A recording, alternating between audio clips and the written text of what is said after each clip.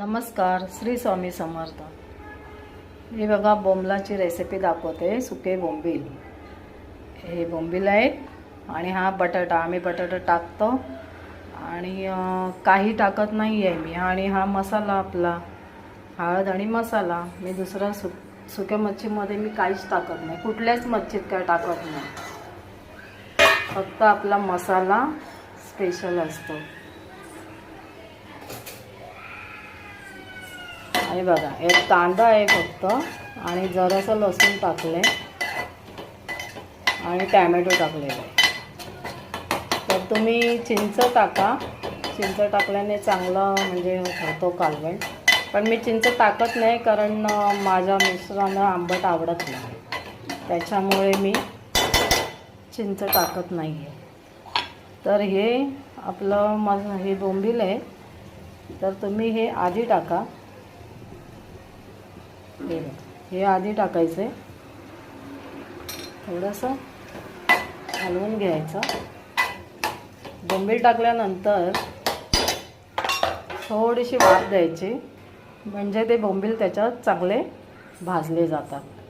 थोडा वेळ वाफ द्यायची। पण बटाटे टाकायचे हो।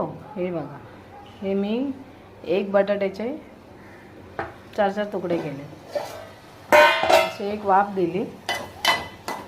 थोडंसं गॅस मोठं करा आणि हे बघा, पण हे टॅमॅटो चांगला असं स्मॅश झालं पाहिजे छान। आणि त्याच्यावर हे मसाला, आपला मसाला एक छान त्याच्यामध्ये असे करून घ्यायचे। तुम्हाला जेवढं तिखट लागेल तेवढं टाका मसाला, कारण मी काय हे आत्ताच दळलेलं आहे, त्याच्यामुळे मला अंदाज नाही आहे। तर तुम्ही हे बघा, किती छान कलर आले आपल्या सुक्या बोंबलाच्या कालवणाला, किती सुंदर झाले बघा।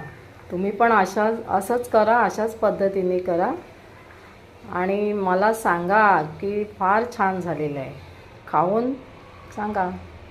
पण बोंबील भाजायला विसरू नका जेवणाबरोबर। सुके बोंबलाचं कालवण आणि बोंबील एक नंबर रेसिपी। सुक्या बोंबलाची रेसिपी खास तुमच्यासाठी। हा बघा, किती छान कलर आलेला आहे। तुम्हाला बोलली मी, तुम्हाला मी रेसिपी टाकणार, तर मी आता टाकते। तर तुम्ही बघा आणि शेअर, लाईक करा, कमेंटमध्ये सांगा।